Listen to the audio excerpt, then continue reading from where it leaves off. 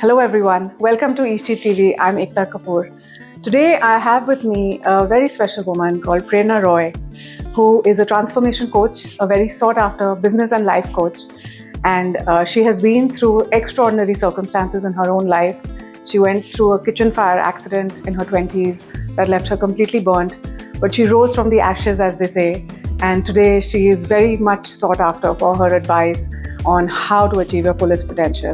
And I got a little sample of her coaching, which made me realize how self-limiting beliefs hold us back from taking risks and really going out there and doing what we have to do. So I'm going to talk to her today on this topic, and hopefully many of you will find some inspiration as well.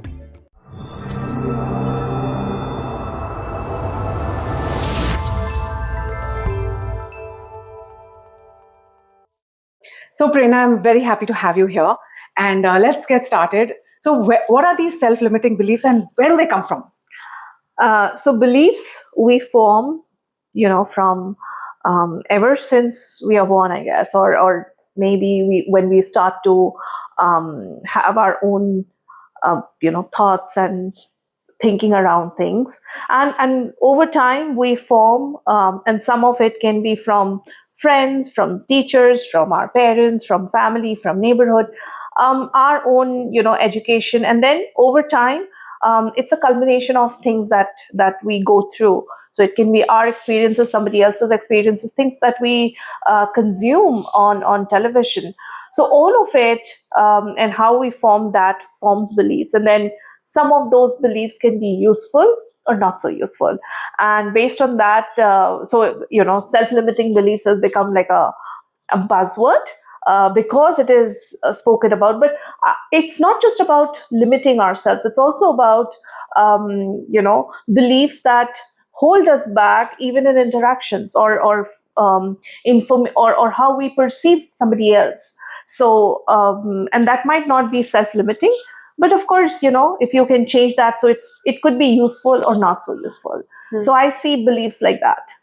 So a lot of us have beliefs that are not useful in terms of holding us back from really fulfilling our career potential. For instance, we may not want to apply to the next step in our organization or in our business journey. So what do you advise people who have all these doubts, or who are seeing the obstacles rather than the vision?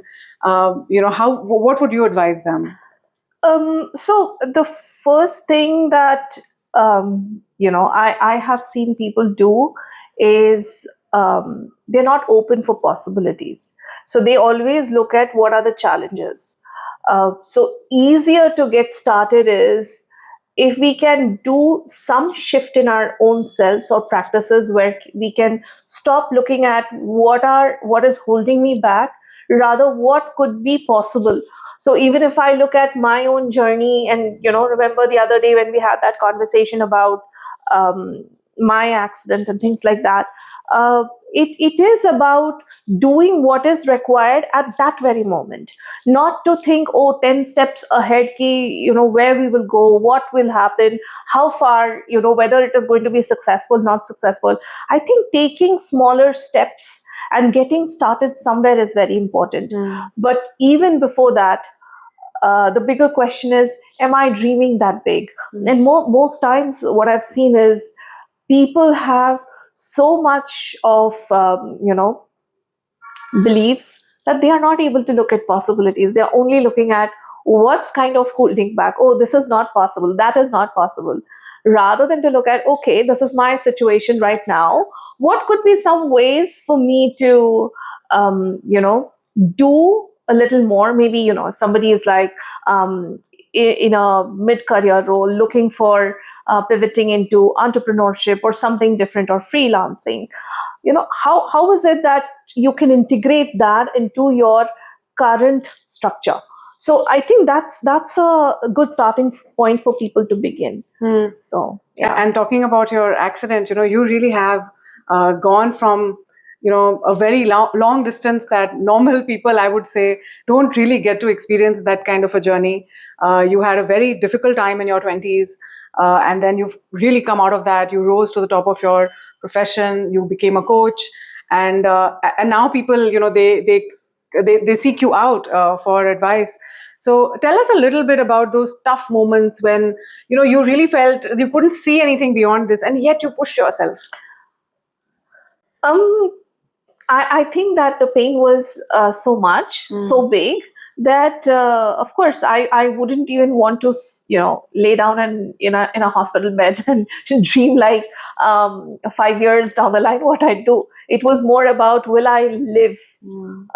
But even in that point in time, the idea was not, will I live or will I not live? The more important thing was, I need to get through this. I mean, in terms of, I have to move my fingers because that was like, instructions from the doctors. So whatever was necessary at that point in time, I think I focused on that. And then a lot of times when people are going through tough times, I think it is very, very essential for people to just take that one minute little step, whatever is necessary at that point in time, whether it is to breathe, whether it is to intake nutritious food, whether it is to do exercise, whether it is to follow medications, whatever that is. For each time, I think that was my focus at that time, and that's exactly how it just my transformation, I say, is always a culmination of very small, minute steps that I took every day consistently, and that's about it, I guess. Did you have that clear goal in your mind of what you want to be, or did you take it like a day at a time? Of course, a day at a time. Of course, a day at a time. You don't need everything answered right at the beginning, right? It's this journey that you take, and you walk a little, you explore, and you find beauty in it. You want to explore further, you keep exploring, and that's about life, I feel. And then I have not stopped myself. So from there, I just started doing tuitions, and then from there to going and joining a corporate that was into edtech in those years, and then from there to management, from that to getting into consulting, and it just kept happening. And even right now, when I'm have three distinct businesses to handle, it's just that, it's just like taking one thing at a time and just living it to the fullest. Right. And also on the topic of business, a lot of women I'm coming from the women's perspective, they think or they assume that they would not be able to scale their business, or they would not even be able to start a business. They have so many insecurities on this topic about making money for themselves, about being financially independent.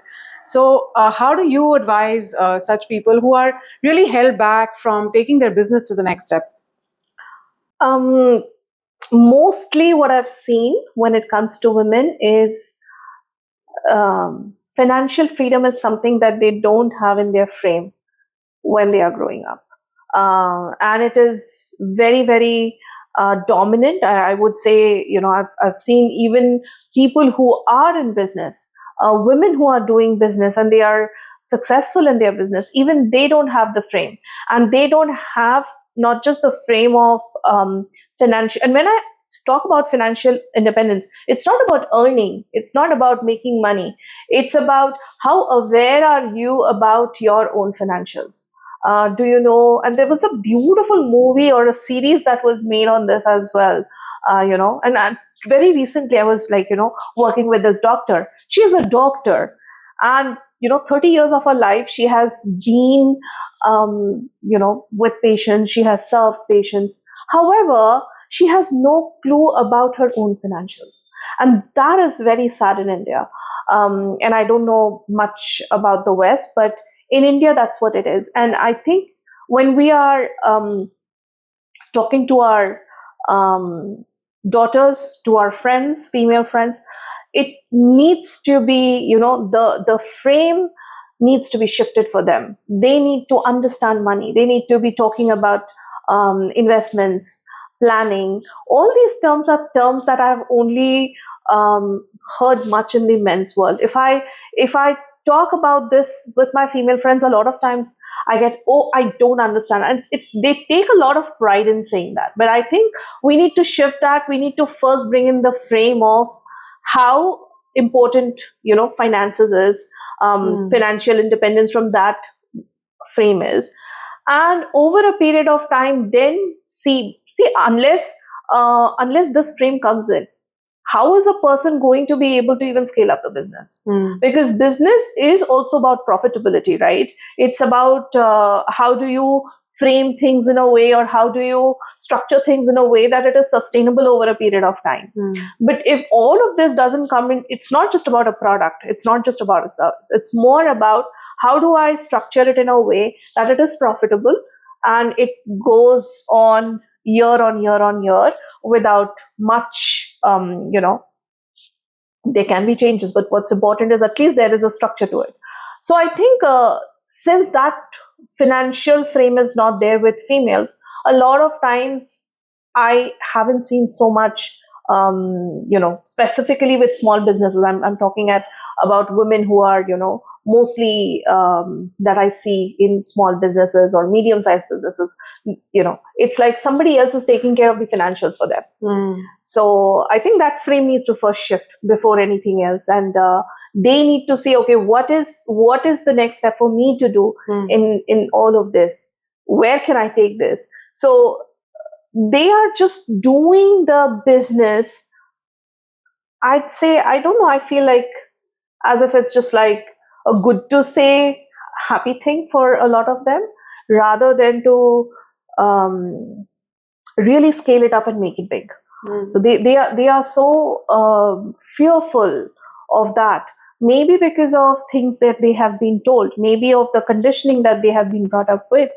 So even before they get to that level, taking small steps to be aware of what needs to be changed. And I think that's where they, mentors or coaches or, play a great role, because they bring in, they show what's actually holding them back. And Yeah, actually, even now that I think about all the women that I've interviewed, it's often the ones who come from families where their fathers or their, the overall family environment was such that they were encouraged to break their own boundaries and go to the next level. But for women who come from families where it's not so obvious, that they can also be part of the family business or they can take over one day. For them, it's a little harder to actually first break the mental boundary, then come into the workplace, and then, all the other challenges that women face in the workplace. So that becomes a greater obstacle for them because they have so much of internal self-talk that's required, which is, I think that's where somebody like you can really help, because you're able to bring that light. You're able to put that light on what's holding us back. I think I would want people to shift from what's holding us back to what's possible for me. I think that's a better frame to come from, because if we are looking at what is especially for someone who's really being held back with a lot of things, and they are not able to, they are only guided with that. So it's more of negative things that they are seeing. Rather, if we shift the frame to, with the resources that I have right now, what's possible, or what is the next thing for me? If they start to ask that question to themselves every day, I think they'll get some clarity on where they can go, what they can do, how differently they can approach life. Right. And that in itself will bring a lot of difference. Right. So great. It was lovely talking to you, Prerona. And we'll have more conversations on this and different kinds of topics related to personal coaching and professional coaching. So stay tuned. Thank you. Thank you.